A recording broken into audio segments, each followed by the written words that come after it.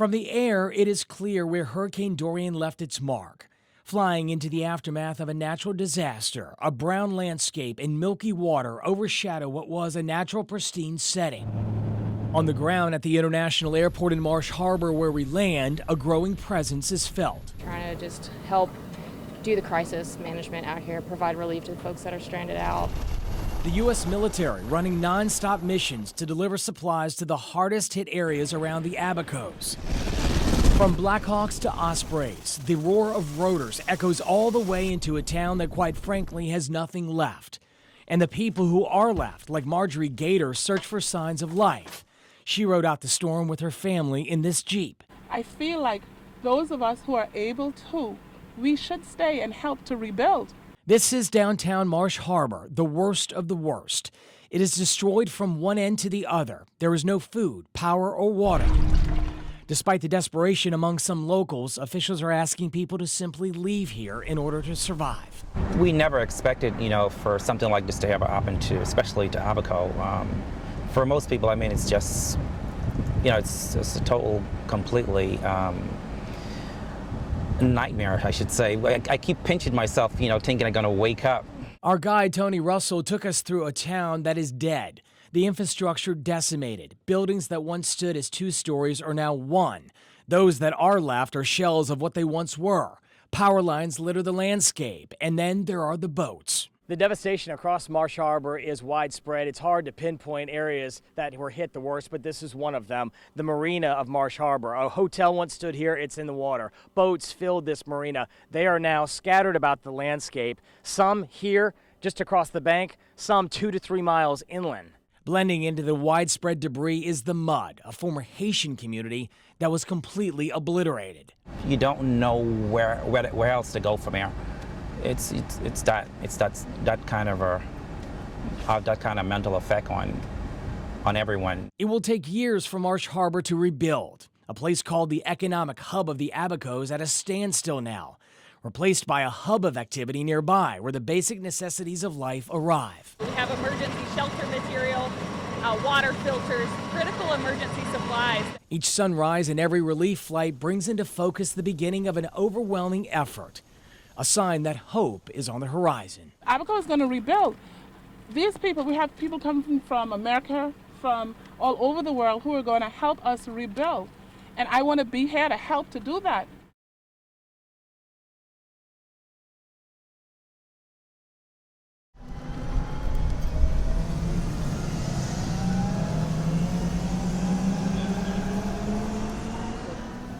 We're in Delray Beach where they're using an old tool, but with a new strategy. In downtown Delray, they're hard to miss. We want people to see us down here. It's a conversation piece as much as it is a crime deterrent. People basically look at us and want to ask us questions about the Segway, the lights and everything else. In back alleyways, now you see it, now you don't. Outside of their battery-powered motors, they barely whisper. At first, pride got in the way of the Segway stealth mode. In the beginning, a lot of the nighttime guys that I work with, they were making fun of it, saying, Paul Blart, you're riding a Segway. Well, they kind of took the idea and ran with it. It's kind of a different way of policing, but it's an effective way to police. Open-aired and 3-wheeled, their top speed is 15 miles per hour. They're perfect for the nighttime problem-oriented policing unit. They look for crime as much as they listen and smell for it as it happens. Sometimes riding these things, you can hear things going on. We'll hear like glass breaking, people talking, sometimes odors of narcotics we can smell. A Segway patrol, with the help of ghosts, tracked down a gun a suspect threw into the bushes. We later located the gun in the bushes, and they watched that from a distance. They were able to see and hear everything, all because they were on the Segway. So the next time you think no one is watching, there might be a Segway waiting in the shadows. In Delray Beach, Andrew Lawfone, Fox 29 News. We got you covered.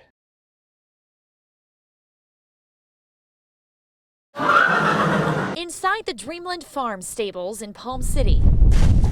he's handling it all really well. This 18-year-old horse, Chevy, is taking up a temporary residence. It's where his owner hopes he'll be able to heal. He has been an awesome patient. Veterinarian Alexis Torrey now making daily trips here to check on Chevy's serious injuries. Broken teeth and staples now in his head and his leg. This tendon up here was exposed and the bone on the leg was exposed. The horse is really, really lucky. Chevy's owner, 16-year-old Jamie Krabik, says she, her mother, and 2 friends were headed to a horse show in Melbourne over the weekend. We had like one more exit to go. But another driver, for an unknown reason, clipped the horse trailer. Well, I was asleep, and then we started to spin, and then we hit a telephone pole and we flipped. Throwing Chevy from the trailer, I thought I was dying. And Jamie's mom raced to rescue the teens. My seatbelt I was able to undo, but she had to cut everybody else out. Miraculously, no major injuries for them. I have cuts on my head under my hair, and my friend has whiplash in her back, and then the other one has a concussion, but nothing serious. But after Jamie chased Chevy for hundreds of yards, they found him bleeding with potentially life-threatening injuries. It was very scary. Now the family looking at some big bills to get Chevy back to good health and replace their damaged truck and trailer. It's a lot of money to think about. I'm a night person, so I often work from 2 p.m. till 2 a.m. Dan Barnett works part-time for Uber. He says he meets all kinds of people in his travels. I have incredible conversations, some very funny conversations, some deep heart-to-heart conversations. Barnett plans to work for Uber during the Super Bowl. Who's heard of the term human trafficking? Friday afternoon, Barnett attended an information session held by Uber and the International Rescue Committee on how to spot human trafficking during the Super Bowl. Caridad Mas Belcolor says the Sunshine State ranks 3rd in the nation for human trafficking. We're located very closely to the Caribbean. We have 2 international airports. She says drivers need to recognize the types of trafficking like sex and labor to know not every victim looks the same and not every trafficker looks the same. And we do that because if we give a set description, then that's what they're looking for. And we're doing a disservice to our community if we kind of create a framework of what they should be looking for. Back on the streets of Lake Worth Beach, Barnett says he feels he's in a better position to help someone in need. I was hoping to learn things that would help me do that. Learn how to approach or not approach a person that's being trafficked. There was one question I had to ask. Why care so much about what happens to other people? Because it's the secret to happiness. It's hard. Being 16, you're really good at tennis. My dream is to become a pro one day. But your hometown doesn't really cater to the sport quite like here. Portland doesn't have as much tennis as down here in Florida. Farida Abdulmonium left Oregon as a number 3 player in the Pacific Northwest. Her mom moved with her out here in September. She decided to come here with me with the sacrifice of my dad and brother. A typical day is 5:30 wake up, followed by tennis for 2 hours, fitness for an hour, and then school for 4 hours. Yeah, I want to go to Harvard. She's enrolled in the online K-12 International Academy, allowing her to train and travel while keeping up with school. Like online school is definitely a good tool for tennis. In the afternoon, it's back out to the court for more tennis. South Florida, I would say, is the mecca of the tennis. Jacopo Tezza is the executive director here at Everett Tennis Academy. He recruited her here after she visited for a summer camp. Immediately I saw somebody who was extremely dedicated.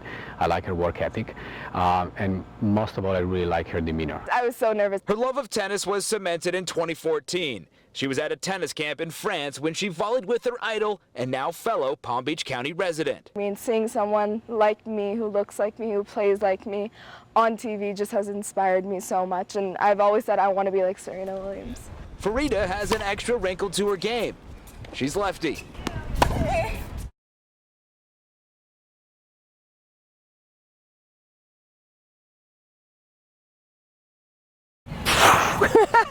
Baseball has always been a passion for Jennifer Wells. The pitcher's mound is 10 feet higher than the batter's box. Yeah. And it used to be 15 feet higher. She grew up in Cleveland. I was the biggest Indians fan. In 1966, she was riding her bike to an Indians-White Sox game. She earned the tickets like she had before after acing her report card and writing to the local paper. She never made it. I don't remember anything about the day. She was hit by a train, her body broken, her spirit strong. Last year, she showed up with her original tickets from '66. Old tickets? And I said, yeah. And he said, go to the box office. The Indians honored them. There's so many Cleveland Indian fans there. The story gets even better. I joined Fit Body Boot Camp just so that I could get ready for this day. Here she is, catching a game with her husband like she does every week at Roger Dean Stadium in Jupiter. He says, yes, dear. I say that a lot. On Wednesday, she'll be back in Cleveland for Indians-Red Sox, this time on the pitcher's mound. Nobody takes old tickets and, sees a baseball game and throws out the pitch. Cheering her first pitch on, more than 30 family and friends. She reminds us what an old friend recently told her. That's the best use of old tickets he's ever seen. And I thought, boy, that's right. In Jupiter, Andrew Lafome, WPTV, News Channel 5.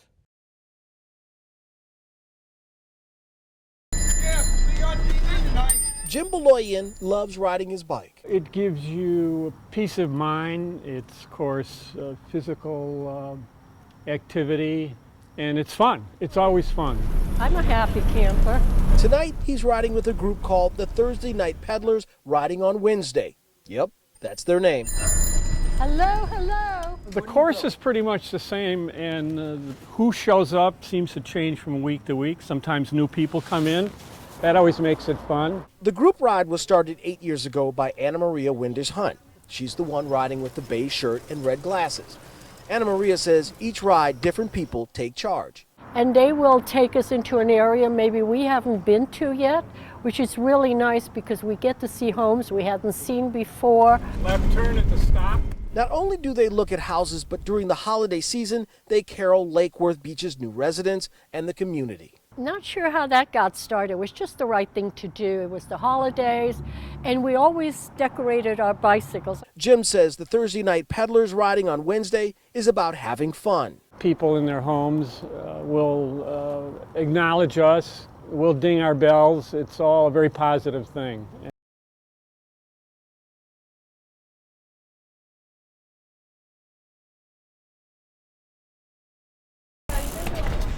If your New Year's resolution is getting fit, you're in luck. There's a plethora of apps for that. The app gives it that extra motivation. Juan Orellana is an avid cyclist. He uses an app called Strava, which he calls the Facebook of cycling.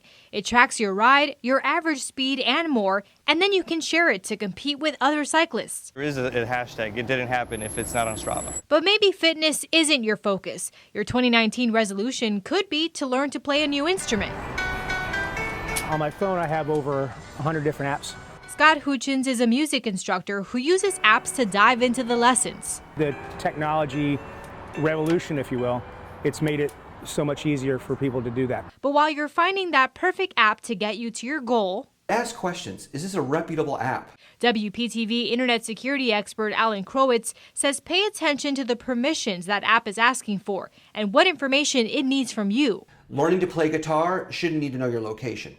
A fitness app is going to need to know your location if you're going to use it for jogging and bicycling and things of that nature.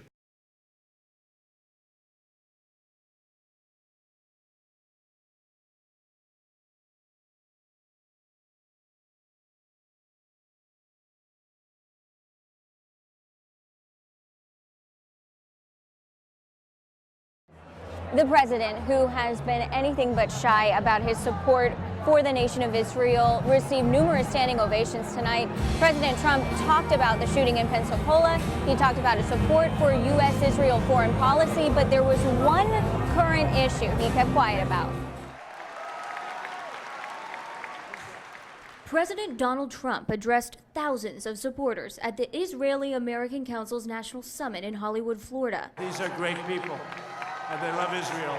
He quickly addressed the recent shooting in Pensacola. Our hearts break for the families who lost their precious loved ones in this atrocity, another atrocity. He talked about peace talks in the Middle East. I love deals, and I used to hear the toughest of all deals is peace with Israel and the Palestinians. They say that's the toughest of all deals, but if Jared Kushner can't do it, it can't be done. But President Trump spent most of his time talking about his support for U.S.-Israel foreign policy. Early into his presidency, Trump recognized Jerusalem as the capital of Israel and later moved the U.S. embassy there. For over 20 years, every previous president promised to move the U.S. embassy to Jerusalem, and they never acted, they never did it, they never had any intention of doing it, in my opinion. The Jewish state has never had a better friend in the White House than your president, Donald J. Trump. Trump's keynote address happens here in Hollywood as the impeachment inquiry continues back in Washington, D.C. The president did not address the inquiry during his speech, mirroring the decision from the White House not to participate in the next hearing. The president has called the impeachment process, quote, unjust, highly partisan, and unconstitutional. The president also spoke at the Florida Republican Party's Statesman Dinner tonight in Aventura, but the event was closed to the press. Reporting in Hollywood tonight, I'm Eris Badcock, WPTV News Channel 5. Rocco is 100% boy, curious, fast, and an eye for this ball. The reason I had to act quickly is because he just quickly walked around and got to the other side of the pool. It was a normal Sunday afternoon, mom and daughter lounging in the water, dad and uncle in the shade, all of them good swimmers and paying attention. And here comes the 1.5-year-old through the open pool gate, headed for that same ball. The second you see it, I mean, you get Superman strength and just have to go for it, you know, whatever you got to do. Rocco falls in, and his dad, Albert, takes flight. And it didn't even cross my mind to go around. It was point A to point B. When I first saw that video, my mouth dropped to the floor. Oh my goodness. Anna Stewart, manager of the Drowning Prevention Coalition of Palm Beach County, doesn't recommend jumping in like that, but understands it. You can drown also, but we know parents are going to do what they're going to do, right? And they're going to go in and save their children. Bring a flotation device with you so that way you don't go underneath the water. Albert would never let a 4-foot fence get in the way of saving his son, but he will make sure in the future that the fence gets in the way of his son falling into the pool. You got these preventative measures, make sure you're using them properly. He hopes his head-first save can help promote pool safety and awareness for fellow parents. Just heads up parenting. Heads up, watch what's going on. Keep your eyes on your kids.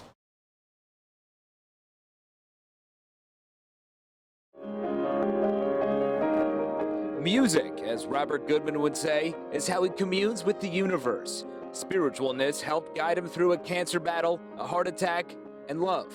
I learned a great lesson that, you should never be afraid to ask for help. Help is that other component of love. Fellow teachers like Dawn McKeach didn't even know Robert before he asked for donated sick time. She donated twice. We just learn how much teachers work together and how we have to help each other out. Without the help that I received, I would have lost everything I've ever worked for my entire life. Robert's last day in the classroom was April 17th last year. He had enough sick days donated to him to get him to a place physically where he can return. Life in that time sped up, but also slowed down.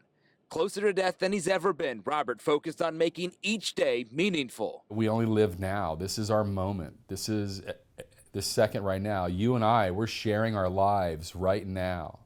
And when you're doing that, you need to be mindful of it and be present in it to really experience what you're supposed to experience.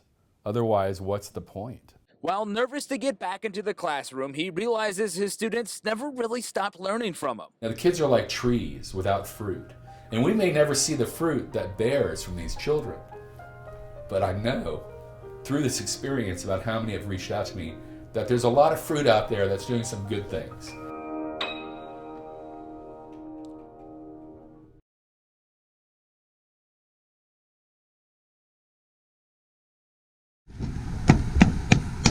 The Codys are desperate to find Holly, a 5-pound Chihuahua who ran away on the 4th of July without a collar. And this is what she looks like. Off camera, Mikey and his dad, Josh, are lighting fireworks.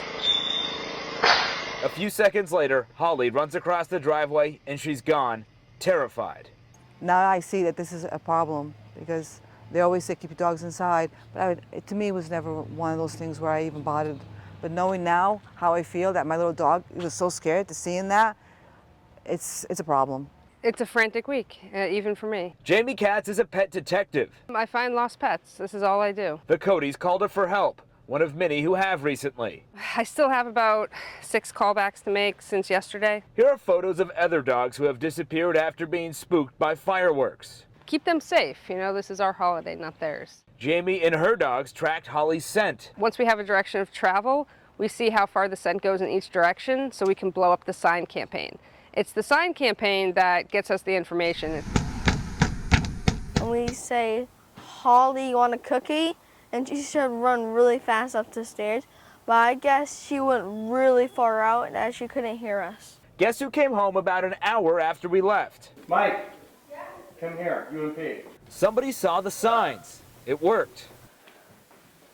If you hear fireworks, keep your dogs inside and safe. In Boynton Beach, Andrew Lawfom, WPTV, News Channel 5.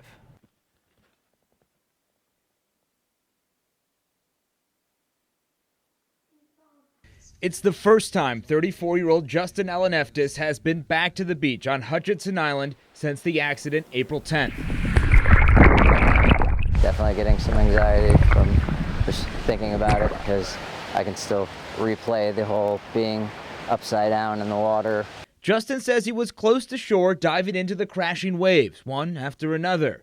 The beach under a red flag warning. I decided to go one last time, and I dove in, and not sure if I shot over the wave or straight into the wave, but next thing I knew, I hit the, must have been the floor of the ocean real hard. He was awake and motionless at the mercy of the water, like a shirt in a washing machine. Very scary, like you're about to die kind of feeling. He says his girlfriend and a fisherman he didn't know dragged him to shore. Then first responders took him, he says. This is where they all had to carry me up. His dad rushed up from Miami, and his mom from Plantation. Oh, it's so painful to watch him in pain, and there's nothing I can do. Parents need to pay extra special attention. Just because there's a wave there, you don't know what's behind the wave. Pay attention.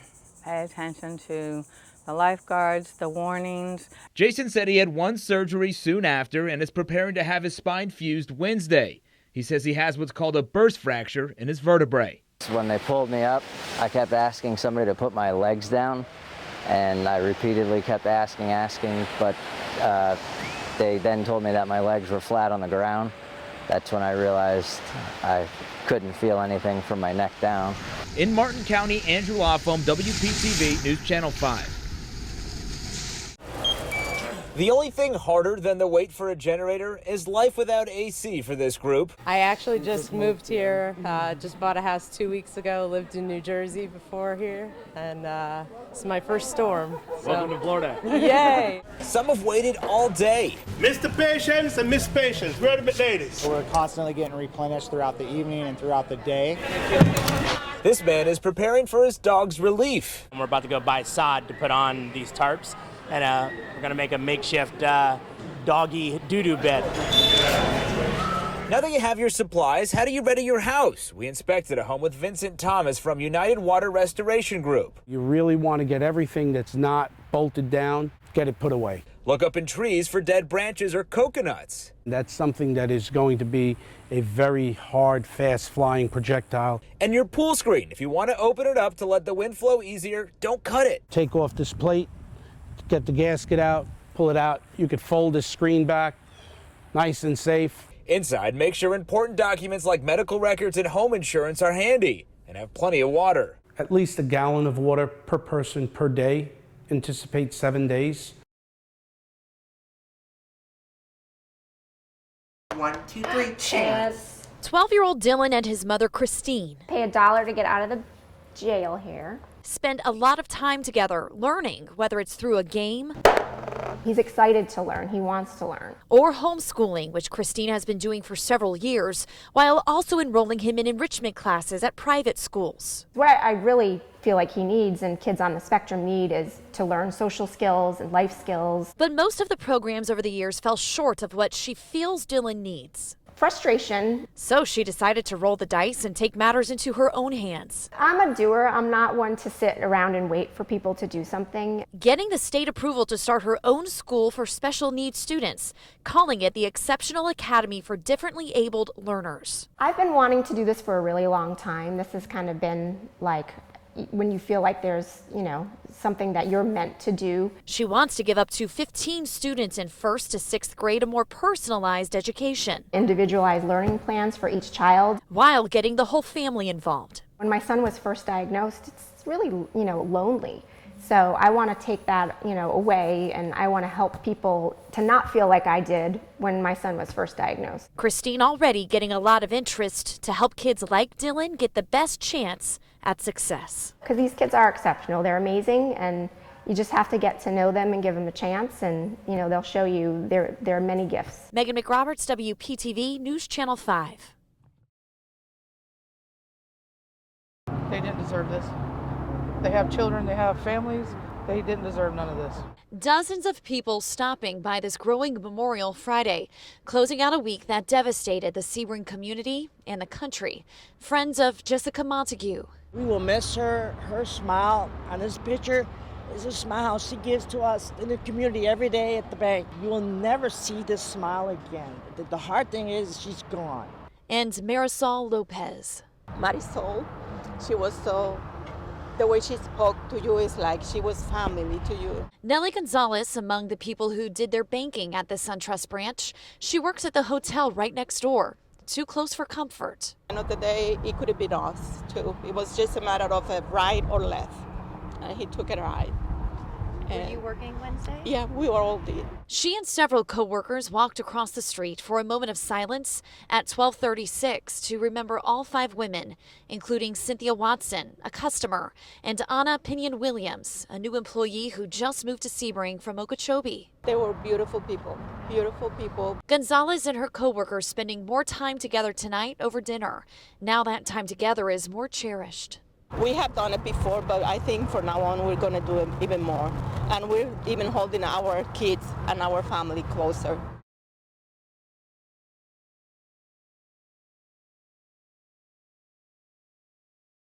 Hi, welcome to JAR.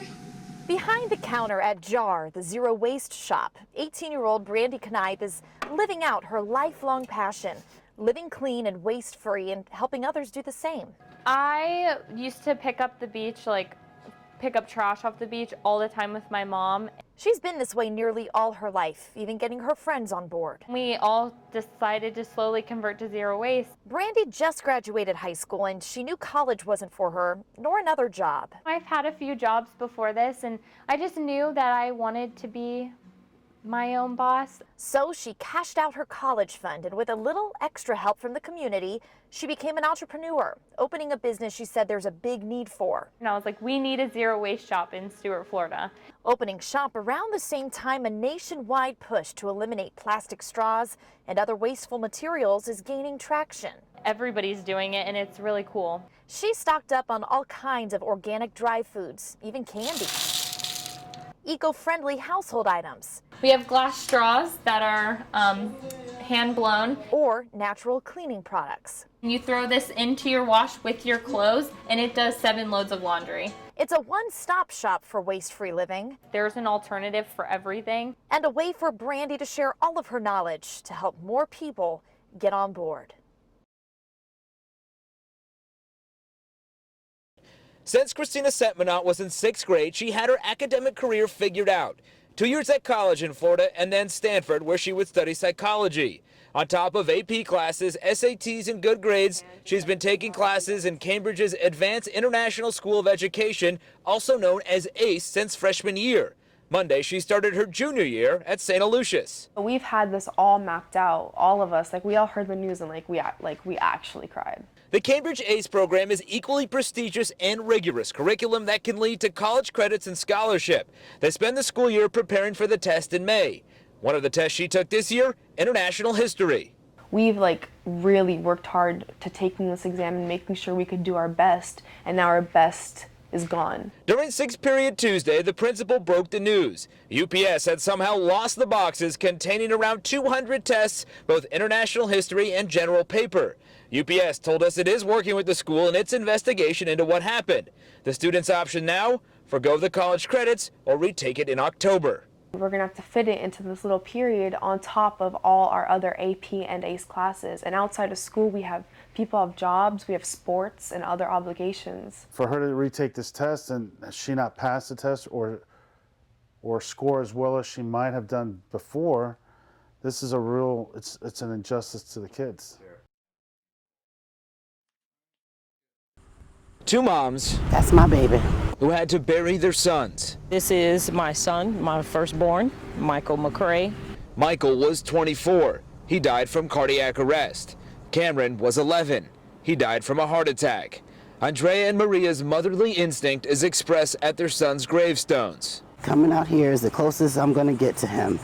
So that's why I like to leave little things out here for him that I know that he would like, that would make him happy, that make me happy to do it for him. The Delray Beach Cemetery recently installed these signs explaining a new policy they'll enforce starting November 1st. That figurine, that pinwheel, that American flag are not welcome. Only fresh flowers, which will be picked up weekly, all in an effort to clean up. What I really want to say, I won't say, but it's very disturbing. Every time they take something away from his grave, it's like they're still taking a piece of him away from me every single time, and it's not right. The cemetery says it's enforcing decades-old law. These grieving mothers say they had no input. Give us some guidelines. We'll follow the guidelines. This is the Boca Raton Cemetery. It allows small mementos placed for 5 days following holidays, birthdays, and death anniversaries. Days Andrea comes out to change the artificial flowers for her son. I can understand keeping it neat, but what is the harm of the artificial flowers?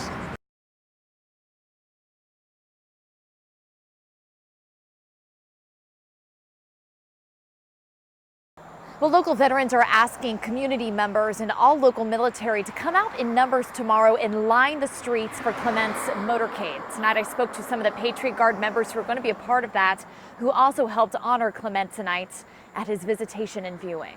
They deserve it. They deserve the recognition. Patriot Guard Ken Barnett doesn't know the man he's standing for and honoring personally. Even though they don't know it, but in our hearts, we know that we're giving them something that ordinarily they would not get. He stands here because he and his fellow Patriot Guards feel every service member deserves this tribute. This time it's for Navy Petty Officer First Class Jonathan Clement, killed in a naval training accident in July. Some of my fellow friends have passed away that were in the service.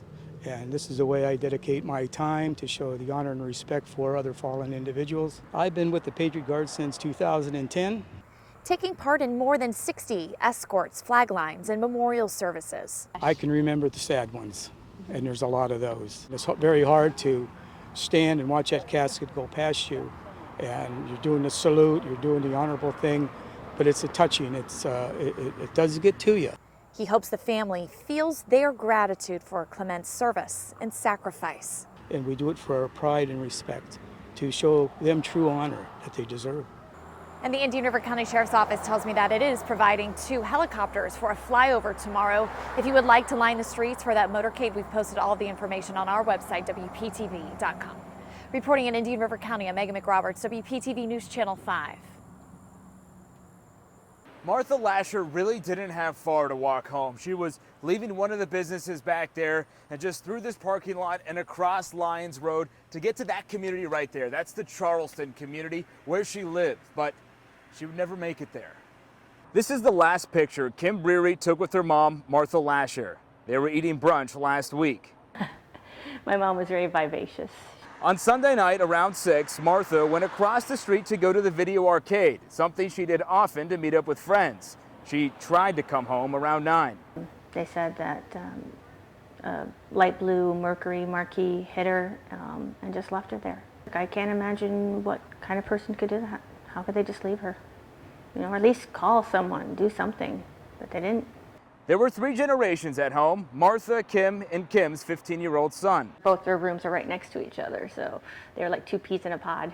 They've lived together for the last year. A smile, looking back, is not hard to find. My mom was an ex-model, and she, she took her appearance very, very carefully. I couldn't walk out of the house unless I was perfect. And, it was. I'm glad we spent this time with her. Labor Day was supposed to be spent together. They were going to cook a pot roast. Instead, they were at the hospital. Martha passed away from her injuries at 5 in the morning. I just want the people or person who did this to come forward and at least say they're sorry.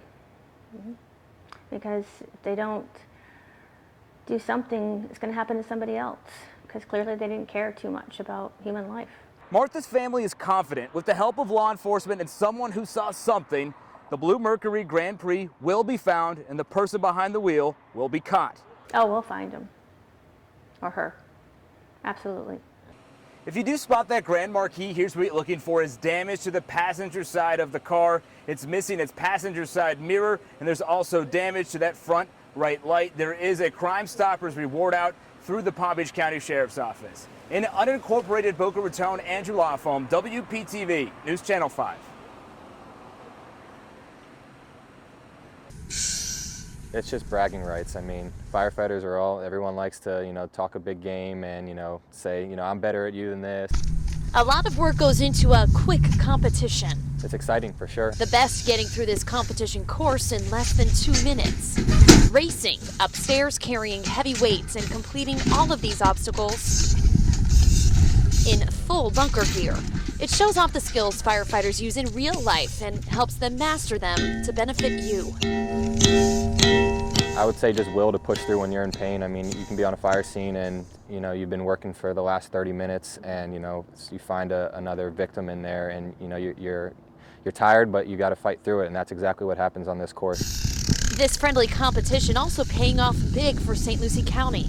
It's exciting, get to represent your hometowns. The challenge back in the area for the first time in 5 years. We're excited to be part of it and glad to have it back in the area. Rick Hatcher with the Treasure Coast Sports Commission expects more than 150 competitors across the country and internationally. We've got one from Croatia come here. We got one from Germany. Hundreds expected to be traveling with them, and thousands are expected to come out locally, creating an expected $400,000 economic impact. And the timing of, 9/11 being this week and having the first responders here, it was a nice fit for this area to be able to hold an event of this magnitude with these great athletes. Hatcher already hopeful to have the competition back next year and try to host the national championship in the near future. I'm hopeful. I haven't won an event yet, so I can't get too confident, but I'm hopeful that I'm going to win. This is the set of the Moto Experience, which involves 35 young dancers from Boca Raton to Jupiter. Tonight was their first performance as a group, and the show itself is supposed to go from this custom set up into the air. But they found out earlier this week they'd have to keep it to the ground. Lift, drop. Months of preparation with loud live productions. It's more than just a show. It's like an entire production where you're basically in a movie. A few hours of anticipation. I've never had like a main role of the whole entire show before, so I'm very nervous. And all of that comes down to 90 minutes of transporting audience members in a parking lot off Lantana and 441 to a prison. I'm a subject that's like trying to get out. Turn 2. It's called the Moto Experience, and the plan for the most immersive scene involved a surprise flying in from above. Shining the light down, the audience would be feeling the air, hearing the sounds. Southern Helicopters was supposed to be part of the big finale, but with the president in the area for the weekend, they can't fly. The dancers just found out on Monday. Everything was choreographed around the helicopter. But with a few extra hours of preparation before the show's debut, they came up with a new plan, not letting flight restrictions restrict their performance. I don't have a lot of time. My name is Sophia Chambers. A little disappointed at first. We're just like, oh boy, what are we gonna do now? But I mean, we all worked through it, and we're still just we're gonna bring the show to what it would be, regardless of whether there was a helicopter or not. The Moto Experience goes on again tomorrow night at 8 o'clock here behind Dance Unlimited off of Lantana and 441. We'll have the details on how to get tickets on our website. And as for that finale, they did find an alternative to the helicopter that keeps them a bit closer to the ground. Reporting in Palm Beach County, Amy Littman, WPTV News Channel 5.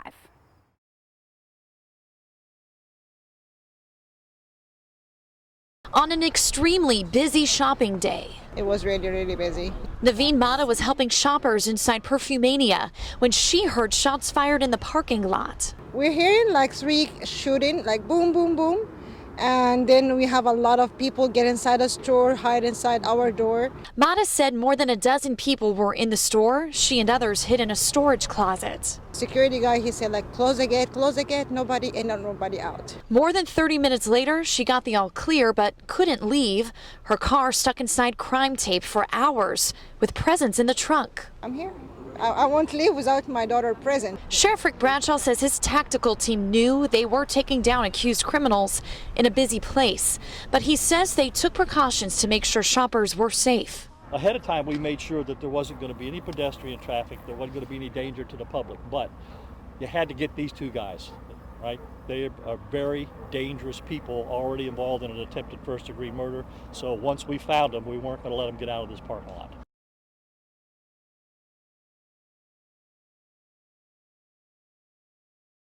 A unified message. Don't drink and drive. On New Year's Eve. It's been a really bad month for us. Florida Highway Patrol troopers hit the road to keep you safe. Even if there was troopers with days off today, they had to come out. So everybody's working time. Trooper Joanne Cantelar has worked his fair share of DUI crashes. It's really sad, actually. We don't know it's a fatal until we get to the scene. We're seeing a lot of DUI out there.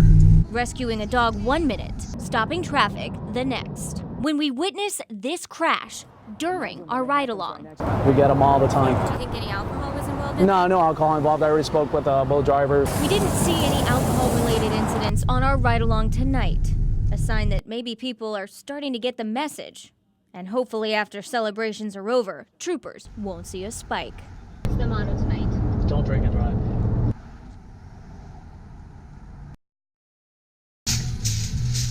For more than a year, this is how Benny Diaz has been making a living, serving food from his Taco Trap food truck whenever and wherever he can. If I don't work, I don't get paid.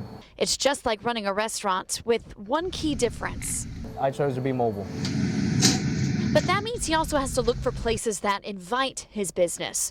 And Fort Pierce has been the least welcoming in our area, he says, under city rules. They have to stay at least 500 feet from any other establishment that serves food, even if he's invited by a business, making it nearly impossible for him to serve food here. If I got invited to a brewery downtown, you can't be within 500 feet of another facility that has food and beverage, 300 feet within a church. You know, you got 6, 7 within each block. Last month, he and another food truck owner announced they were suing the city to consider repealing the 500 feet restriction. Thursday, they learned a judge denied the city's motion to dismiss the complaint. They said, no, you're going to fight it out.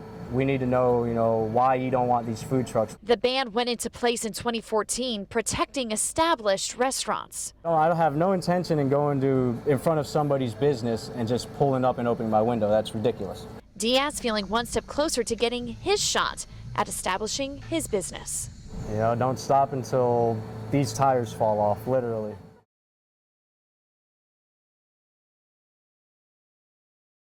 There's really only been one topic on the air recently at this local radio station. It's been 9 days. All we've been talking about is what's going on in Haiti. When they call the radio sessions, people are actually calling and crying because it's so sad. James Legier is a morning host on WPOM. He was born in Haiti. He manages 10 journalists on the island. Here he is on a WhatsApp video call with a correspondent from his West Palm office. Due to limited power and reception, he's only able to talk to about half of his correspondents each day.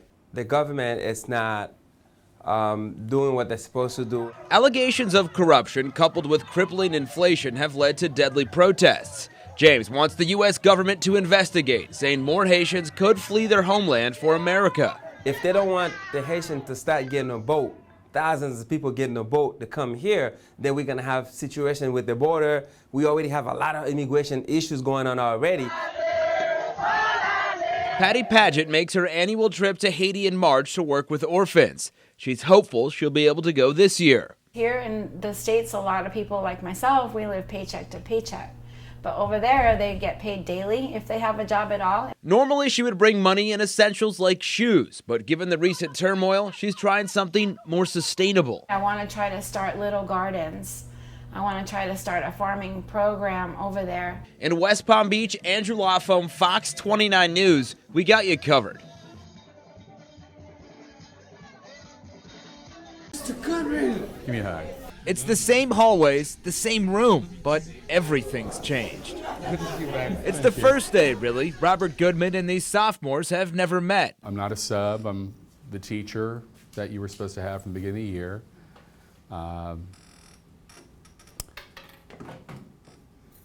But you know that I had a huge journey for 11 months. For the world history teacher, perspective is everything. I'm surprised I'm here right now. First, he was diagnosed with colon cancer. Soon after, his coworkers stepped up big time. The teachers in the district, they donated an entire semester for me to stay home and heal in peace and quiet. Then the heart attack and even more sick days were donated. And I was minutes away from dying, literally. I said goodbye to my wife. Now, the first lesson back in the classroom, one he's never taught, but lived. Or whatever you do in your life and wherever you go, remember, we're all sharing our lives together. It's not just you and it's not just me, because that's what life is.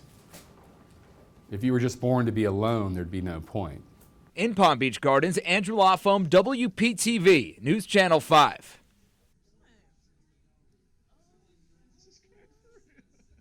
As the American flag waves in the wind, Leon Kaufman is reflecting on his storied past and his service in World War II. We spent many days out in the middle of the ocean giving weather reports to the bombers going overseas. Leon is part of the greatest generation, enlisting at 18 and serving on board the USS Lorraine with the United States Navy. At 92 years old, he remembers the terrors and triumphs, but he says his greatest achievement is his wife Grace and their 65-year-long marriage. She made a wonderful life for me. It's the best thing I ever did. The couple met on a blind date in New York, but you could say it didn't go very well. I'm a short man, I'm not a tall man, and she didn't have high heels on, and I didn't find that too attractive. But Leon did not give up, and Grace eventually said I do in 1954. They had children, and when Grace pursued a degree, Leon turned into Mr. Mom. I could never have gone to school. I could never have finished and gotten a master's without him taking care of the kids. Today, the longtime lovebirds are living at the Addington at Wellington Green. Their relentless commitment has taken work, but Leon's secret... Selective hearing. You see these hearing aids? They go on and off. But the real core of their successful relationship, patience and work. Make time for each other to grow. That's all, because you're not going to agree on everything. I learned that I have to live longer than the most people of my generation so that I can spend more time with her.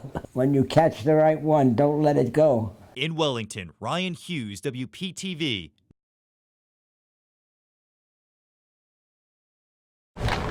Inside the local restaurant industry, news of a dishwasher diagnosed with Hepe in April at the butcher shop sent reverberations throughout. I just thought it was so unfortunate. I saw it on the news, and I can only imagine what this could do for business. Scott Freilich is the vice president of the Subculture Restaurant Group, which has several eateries and bars in West Palm Beach. I just realized it could have happened to us, and there's really nothing we could do or any other restaurants can do differently to prevent this. The butcher shop said the dishwasher didn't come in contact with food. Still, the business took a hit and the management took action. Jim Fabrero is their GM. So everybody's been through retraining.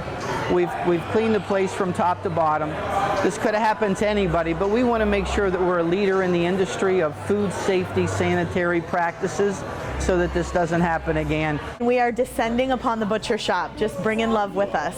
Carrie Powers is the GM of Kapow, one of several of the restaurants represented at the dinner table Wednesday. They're one of our neighbors, and it's a great restaurant, and it's a great asset to the downtown area. Please come back and give us a try, because we've really retrained everybody, and we're doing some really good things here. When you walk inside Ford's garage at the mall at Wellington Green, it's like walking down memory lane. 1920s Model A cars hanging over the bar, old-style gas pumps in the corner, and toolboxes used for hose stands. We have a lot of stuff here for people to see that they get excited about. They take a lot of pictures of. They put it on social media. The burger and beer joint officially cutting the ribbon Monday night and opening its first location in South Florida. For us, it was about making sure that the first site that we came into was going to be an A+ site for us, and we found that here at Wellington. After losing Nordstrom's and with big box stores closing all across the country, the mall at Wellington Green has a new vision, providing more things to do, more restaurants, more entertainment. We're in a retail climate where we're seeing a lot of retailers shift their focus to online and enslaving vacancies, but we're filling them with local tenants and regional tenants that have more of a community flair to them. The mall has been hanging banners to help shoppers connect with their community. It's also relaunching its Live 360 brand in July. The mall is adapting, rolling out a reading room to donate or borrow a book, and the Live 360 Studio, a community space for yoga, art classes, and meetings. It's a place for the community to curate different programs, to share their talents and what makes Wellington unique. A printer and pages of fresh fake money among the evidence found in a St. Lucie County hotel, landing these 3 people in jail on charges of making and spending the counterfeit cash. And admitted to printing between $3,000 and $4,000 in counterfeit currency and passing more than $1,000 of it here in St. Lucie County alone. Spent in area big box stores and restaurants and face-to-face sales from online apps. Such as OfferUp, Let It Go, Craigslist, and Facebook Marketplace. Meaning there's no telling where it is now, and there's a chance it could get passed to you. There is counterfeit money in our local economy. And now criminals have found ways to coat money or use paper that won't be detected as fake money by counterfeit pens. So investigators are urging you not to rely on this to catch bad cash. So the easiest way to catch counterfeit cash worth more than $5 is to feel it, tilt it, and check it under a light. It should feel slightly rough to the touch. If it feels a little bit off, give a closer look to some of the security features. Then tilt anything over $10 and check for color changing ink on the right corner. That should go from green to copper. And under a light, the watermark and security thread should be visible from both sides. Match the portrait or denomination and glow a unique color under UV light. There could be a lot more out there. We're still investigating. 48, 72 hours before impact, we're prepared. That's how Major Keith Anderson, a Jupiter resident, describes the increased military presence already seen on our roadway. We look at routes, most likely course of action will take place. Major Anderson says 70% of the soldiers activated are from Martin, Palm Beach, Broward, and Miami-Dade counties. So it's very gratifying that we are helping our own community. WPTV got an exclusive look at the mobile arsenal they'll be utilizing: 60 tractors, 120 trailers, and a fleet of other multi-purpose vehicles to support humanitarian assistance, search and rescue, and security operations. Behind us are military Humvees. You'll have 23 of those searching the area looking for floods to protect the public. Yes, sir. Sergeant First Class David Corbel also says Humvees will support local law enforcement. Blocking roads. Everyday citizens. In effect. We're teachers, we're lawyers, we're electricians. We put everything on hold to wear the Army combat uniform and help their fellow citizens. So we have 2 hats to wear, and we wear it very proudly and very efficiently. Both soldiers I interviewed supported efforts during Hurricane Michael. They say each storm is different and requires a lot of planning. In West Palm Beach, Arthur Mondale, ABC Action News. After chaos, oftentimes what's below the surface comes to light. And Amir Chieski's grandma collects seashells. This is her Super Bowl. The hurricane has made so much bigger shells than the regular. Ugly was exposed too. Pat Bonas recruited her grandkids to clean it up. I hate trash. environmentally insane, and one person can make a difference. For Kathy Fitzpatrick, it's another day at the office. So we come out and we're kind of detectives, right? We kind of recreate what was happening when we weren't here. Martin County's coastal engineer says overall the beach did well, starting with the backstop of the beach. The first thing we look at is the dune still intact? And generally speaking, along the county beaches, yes. Waves pulled down some of the sand, making the slope steeper, which was expected. It's just physics. The wave's energy carried some of the sand offshore, creating a sandbar. Wednesday's waves already refurbishing what was lost. It starts rolling it over itself and it starts heading back towards shore. If we can continue this uninterrupted, then that sandbar will come back to shore and you'll see a wider beach again. Overall, a healthy grade for the beach.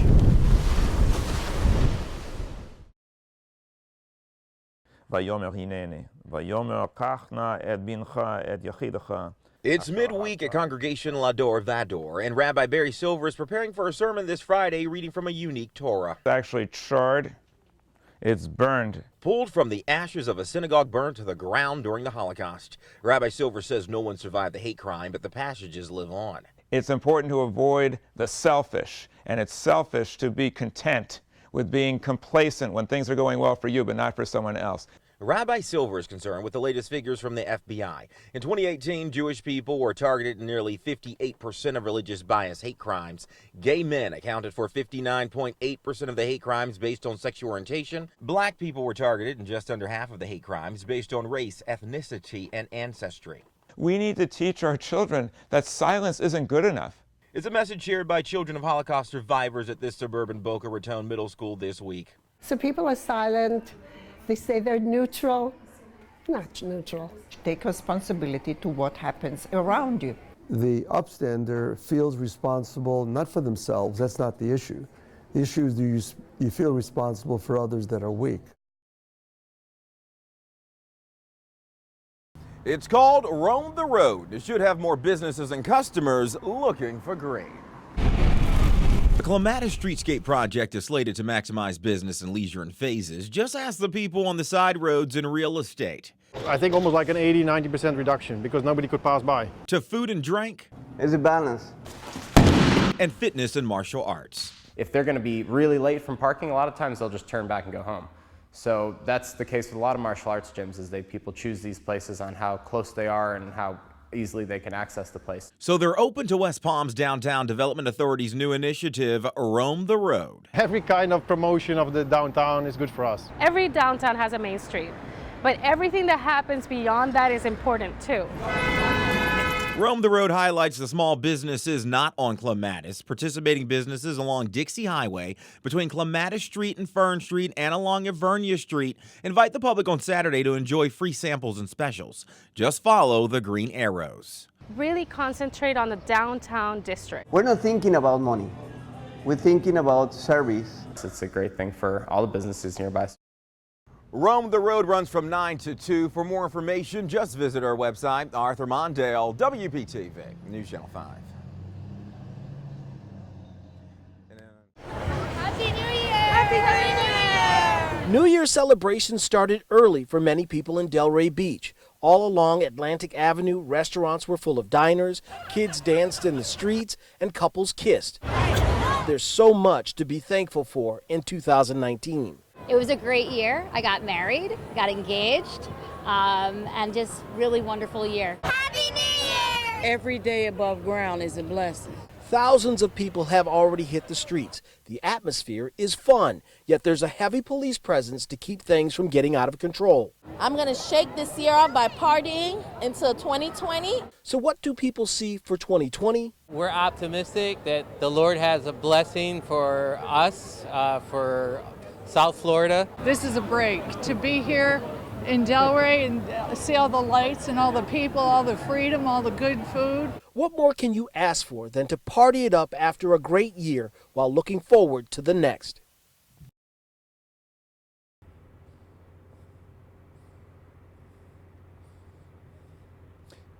Well, Michael, it started as a press conference, looking like, to my photographer and I, more like a rock concert with all the lights, the music, and the fans. And there's good reason for this. It's the last time that you'll see the Chiefs and the 49ers underneath one roof before they come over here to Hard Rock Stadium. Take a look at this. We actually have rehearsal video. Yeah, I said it right. There's actually a rehearsal for all of this. Fans will hear directly from the head coaches and 10 players from each team. Attendees will also mingle with roving players at Marlins Park tonight. Now, also expect autograph signings and appearances by current Dolphins as well. And yes, you still have time to get down here. Take a listen.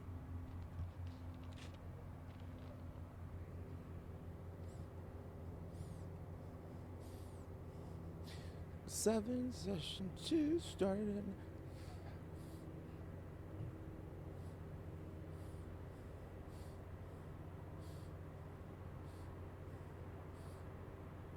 Experience the event in all different ways. Doors did open at 5, but session 1 kicks off at 7.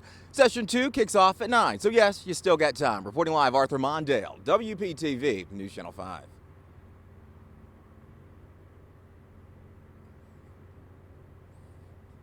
Thank you. I know. Thank you.